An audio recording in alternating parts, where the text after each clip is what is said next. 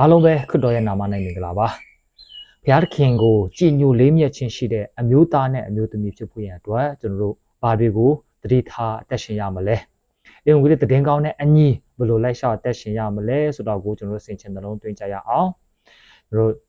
့လေ့လာနေတဲ့1တင်မောတရားခန်းကြီး1အငယ်8ကနေ30မှာဒီလိုတွင်တင်ပေးထားပါတယ်အငယ်8မှာအမျိုးသားတွေအနေနဲ့ကျွန်တော်တို့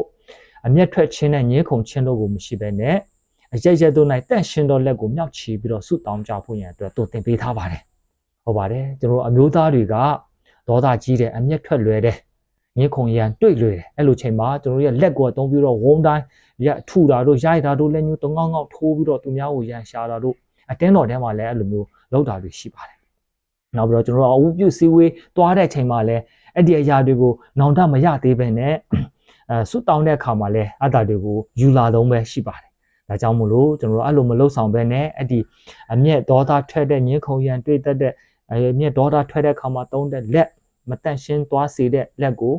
နောင်တရပြီးတော့တန့်ရှင်းစွာနဲ့ဘုရားသခင်ထံမှာလာပြီးတော့ဆုတောင်းကြဖို့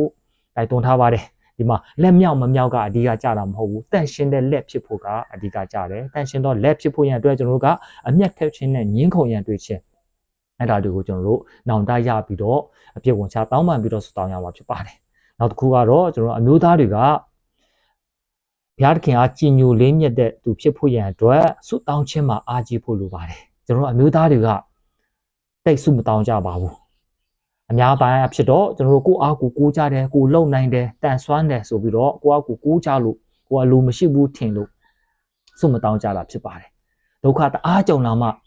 ှလူထောက်ဆုတောင်းကြတယ်ဒါကတော့ကျွန်တော်တို့အလုံးမှားယွင်းတဲ့တွေးခေါ်ဖြစ်ပါတယ်ချစ်တဲ့ညီကိုတို့ကျွန်တော်တို့ဘုရားသခင်ကမကူညီမဆဘူးဆိုရင်ကျွန်တော်နည်းနည်းလေးမှတစ်မျိုးမှကျွန်တော်တို့ရအောင်လုပ်နိုင်မှာမဟုတ်ပါဘူးကျွန်တော်လုပ်နိုင်တဲ့အသိပညာနောက်ပြီးတော့ခွန်အားနောက်ပြီးတော့အသက်ရှင်နိုင်တာအသက်ရှူနိုင်တာတစ်စက္ကန့်လေးအကုန်လုံးဘုရားသခင်ကပေးထားလို့တာကျွန်တော်တို့မိသားစုကိုလှုပ်ကြွေးနိုင်တယ်ရှာကြွေးနိုင်တယ်အမှုတော်မြတ်ထဲမှာထမ်းဆောင်နိုင်တယ်သွားနိုင်တယ်လာနိုင်တယ်ဒါတွေကကျေးဇူးတော်တက်ပဲဖြစ်လို့ကျွန်တော်တို့တစ်စက္ကန့်လေးတောင်မှကျွန်တော်တို့ဘုရားသခင်ကိုအမြင်မပြုဘဲနဲ့အသက်မရှင်နိုင်ဘူးကောင်းတဲ့အရာတွေကိုမလုပ်နိုင်ဘူးအကြောင်းမလို့ကျွန်တော်တို့ဒီအရာတွေအားလုံးအတွက်ဘုရားခင်တန်ဆုတောင်းပြီးတော့အရာတိုင်းမှာကိုတော့ကိုမြေခိုကိုးစားတဲ့သူဖြစ်ကြောင်းကိုအမြဲအစဉ်အမြဲဆုတောင်းခြင်းအဖြစ်ကျွန်တော်တို့အသက်ရှင်ဖို့လိုပါတယ်ဒီလိုဆိုရင်အင်္ဂလိပ်သတင်းကောင်းအဖြစ်ကျွန်တော်တို့ကဲတင်ပေးထားတဲ့သူအင်္ဂလိပ်သတင်းကြောင်းမို့လို့ဘုရားသခင်အားကြည်ညိုလေးမြတ်တဲ့အမျိုးသားအနေနဲ့အသက်ရှင်ကြမှာဖြစ်ပါတယ်တိုက်တွန်းချင်ပါတယ်နောက်ပြီးတော့အမျိုးသမီးတွေကကောဘာကိုအဓိကထားပြီးတော့အသက်ရှင်ဖို့ရန်အတွက်ပေါလုကအရှင်ပေါလုကတွင်တင်ထားတာလေအငယ်9နဲ့30မှာဆိုရင်အမျိုးသမီးတွေကအပြင်ပန်းတံဝတ်စားဆင်ရင်ခြင်းကိုအဓိကထားပြီးတော့အသက်မရှင်ဘဲနဲ့အတွင်းစိတ်သဘောထားကောင်းမြတ်ဖို့ရန်အတွက်အတွင်းစိတ်နှလုံးသားထဲမှာအလှဆင်ဖို့ရန်အတွက်တိုက်တွန်းထားပါတယ်အဲ့တော့9မှာဆိုရင်အမျိုးသမီးတွေကတင်းလျောက်ပတ်စွာဝတ်စားဆင်ရင်ပြီးတော့အိန္ဒြေဆောင်ခြင်းနဲ့ယဉ်ကျေးတည်မှုခြင်းတို့ကိုရှေ့ဖို့ရန်အတွက်တိုက်တွန်းထားတယ်အဲ့ဒါဘာကိုပြောတာလဲဆိုတော့မိမိတို့ကိုချစ်သောစပင်နဲ့ရွှေပလဲတန်ဖိုးကြီးတော့အဝတ်အစားတို့ဖြစ်မဟုတ်ပဲတဲ့ကိုအလှဆင်ဖို့ရန်အတွက်တန်ဖိုးကြီးတဲ့အရာတွေနောက်ဆုံးပေါ်အင်ဂျီတွေနောက်ပြီးတော့တန်ဖိုးကြီးလာတဲ့ရွှေတွေပလဲတွေယတနာတွေနဲ့အဲ့ဒီအရာတွေနဲ့အလှဆင်ပြီးတော့သူများနဲ့ပြိုင်ဖို့တခြားမင်းကလေးတွေနဲ့ပြိုင်ဖို့ကောနောက်ပြီးတော့ကိုကလှအကြောင်းပအကြောင်းနောက်ပြီးတော့ကိုကတထေးဖြစ်ကြောင်းကိုသူများကိုဝါကြွားဖို့ရန်အတွက်မလုပ်ဆောင်ဖို့နောက်ပြီးတော့အဲ့လိုဝတ်စားဆင်ပြီးတော့ယောက်ျားလေးတွေကိုရဲ့အယုံဆိုင်မှုကိုခံရဖို့လူတွေရဲ့ချင်းမြောက်မှုကိုခံရဖို့မလုပ်ဆောင်ပါနဲ့အဲ့ဒီအပေါ်ယံတွေကိုအလှဆင်ပြီးတော့ဝါကြွားဖို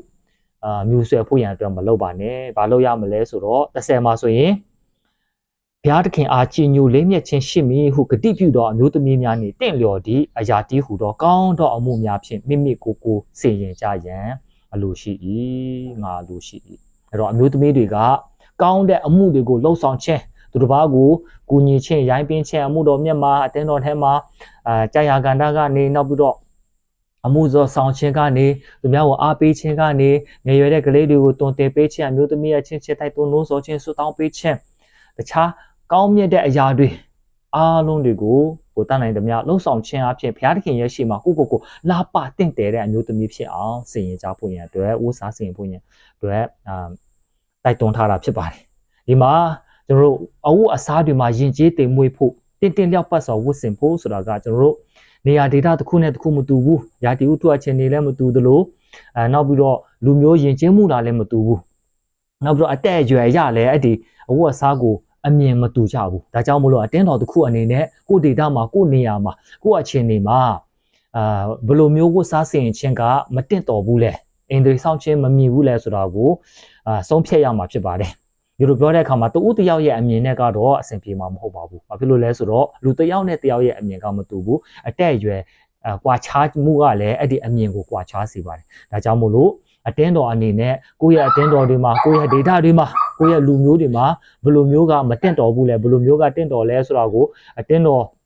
အကြီးကဲတွေနောက်ပြီးတော့အတက်အရွယ်ပိုင်းခြားအကုန်လုံးရဲ့သဘောဆန္ဒတွေကိုမေးလျှောက်ပြီးတော့ဆုံးဖြတ်ပြီးတော့အတည်ပြုဖို့ရန်အတွက်လိုအပ်ပါတယ်။ဒီလိုအားဖြင့်ကျွန်တော်တို့အတင်းတော်ကလူတွေခရိယန်အမျိုးသမီးတွေကအပြင်ပန်းတံကိုအလ